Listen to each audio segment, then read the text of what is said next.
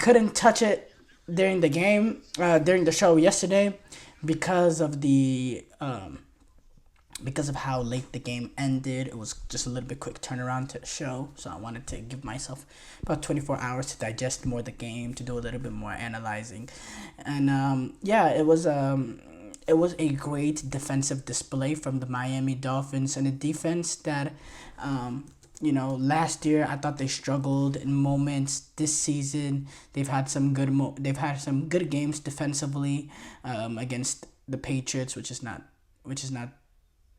that's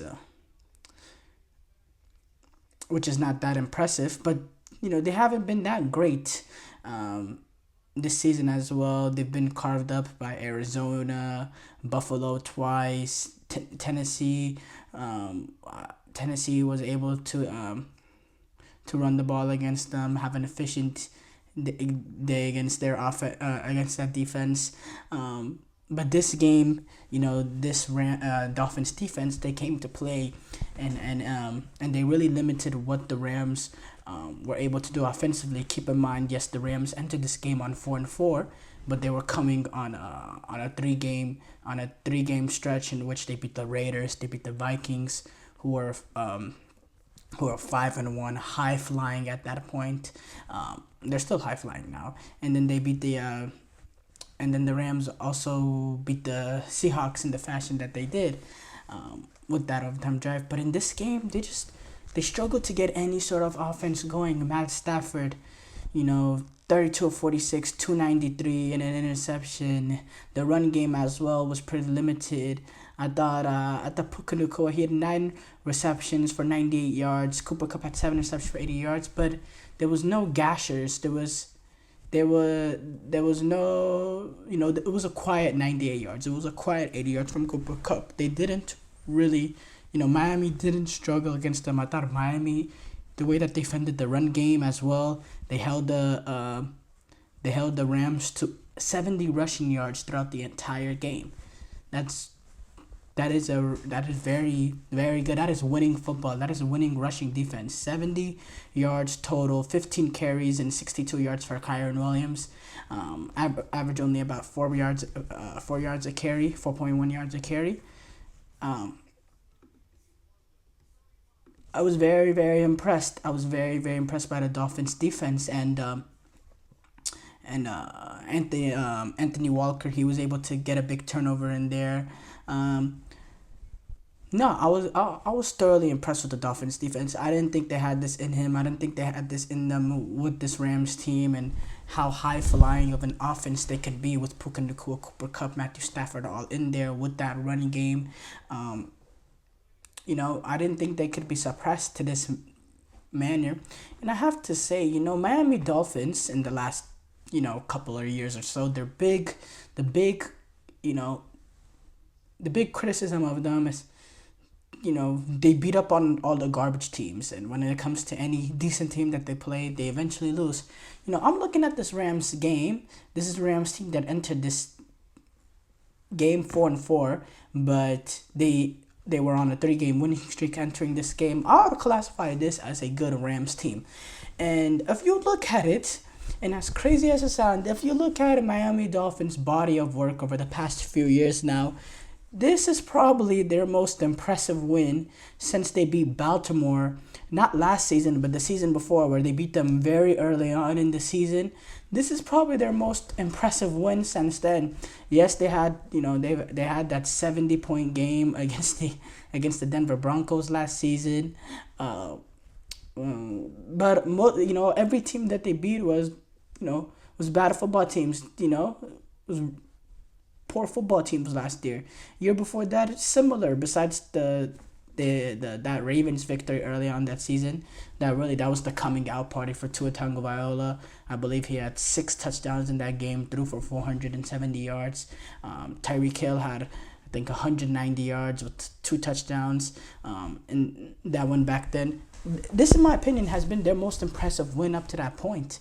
And that game, I'm gonna pull it up. Actually, I have the records here. That game was,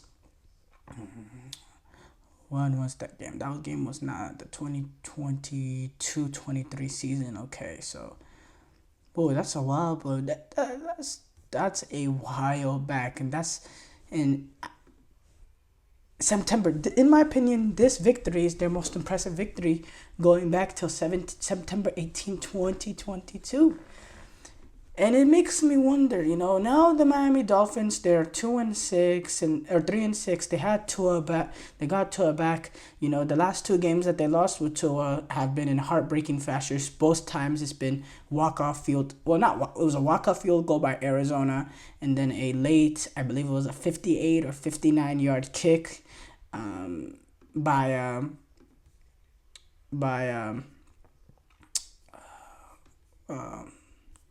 what's the Bills kick, by Tyler Bass, or 61 yard kick, I believe it was, to give them the lead. It gave Miami back the ball with seconds left. Had to do some sort of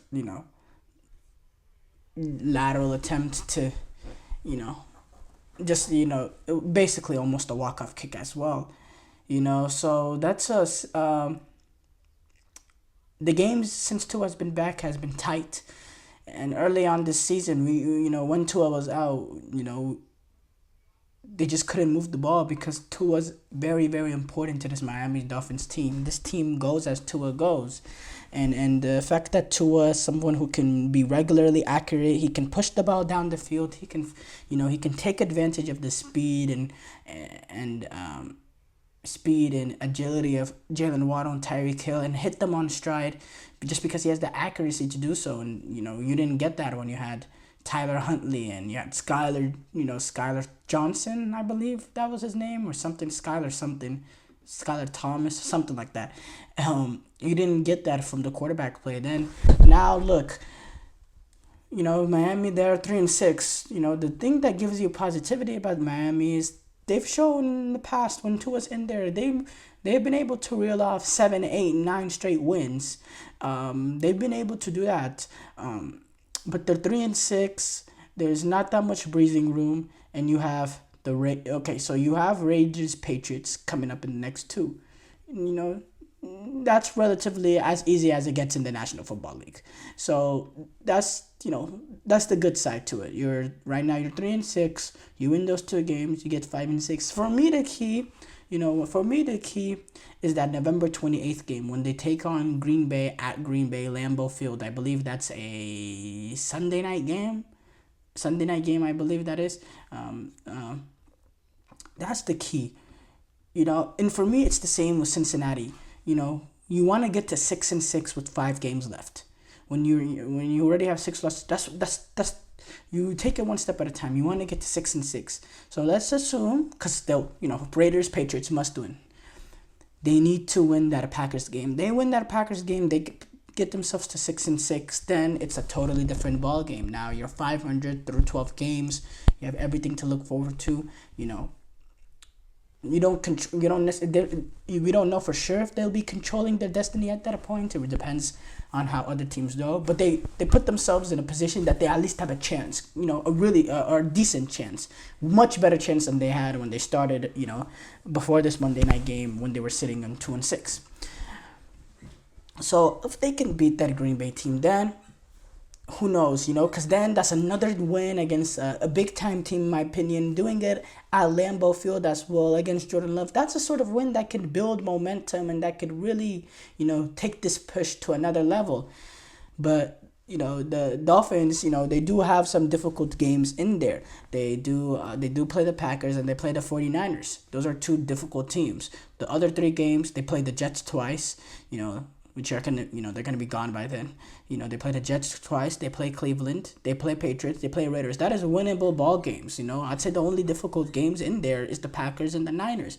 They do play the Houston Texans, but I don't believe that Texans team is as good as what we expected of them entering the season. I think Stroud has taken a little bit of a step back. I think offensively, they've been struggling in They've struggled in periods. I think they've been carried by their defense. Not carried, but heavily helped by their defense. And they have vulnerabilities in that Texans team. But still, that's still that'll still be a difficult game, but I think the games that you look at and you're actually proper nervous about if you're a Dolphins fan is that Dolphins game, is that 49ers game.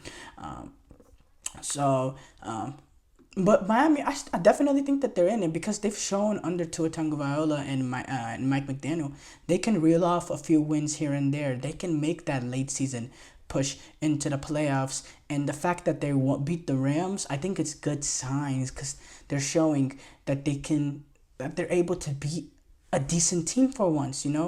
Against Arizona, they were very unfortunate in Tua's game first back to not win that game. Against Buffalo, very, very unfortunate to not win that game as well. Going up to Buffalo, Tua played one heck of a game. The team as a whole, they played good. They played good. What's the word? Good. Complimentary. That's what it was.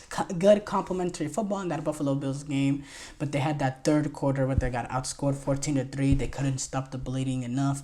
Then they needed some to do make a comeback in the fourth, which they did to their credit, but it just wasn't enough at the end.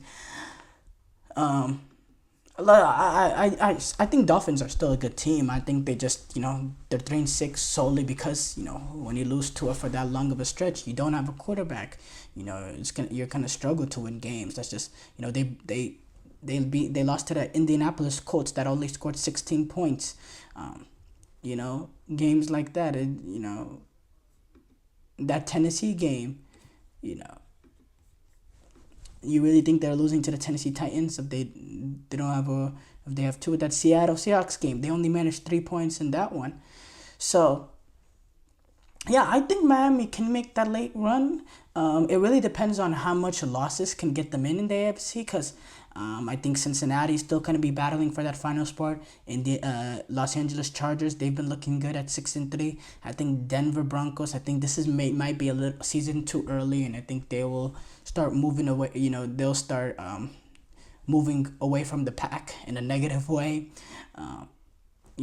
But Cincinnati, Chargers, Dolphins, they're all in that battle for that 7th spot. I thought Indianapolis could get themselves into there with the quarterback change, but it's, now it's 2 straight losses with Joe Flacco. They're still technically not out of it. They're sitting 4-6, which is not a horrible position to be in, but I don't know. I really think that battle for that 7th seed will be between Cincinnati, Chargers, and Miami, and yeah, I'm looking all forward. And I know Miami, they didn't play any of those two teams, and they don't play the Chargers or Cincinnati this season. So Miami can't really get a tiebreaker over any of those. I don't, and then the Chargers play the Bengals actually this week.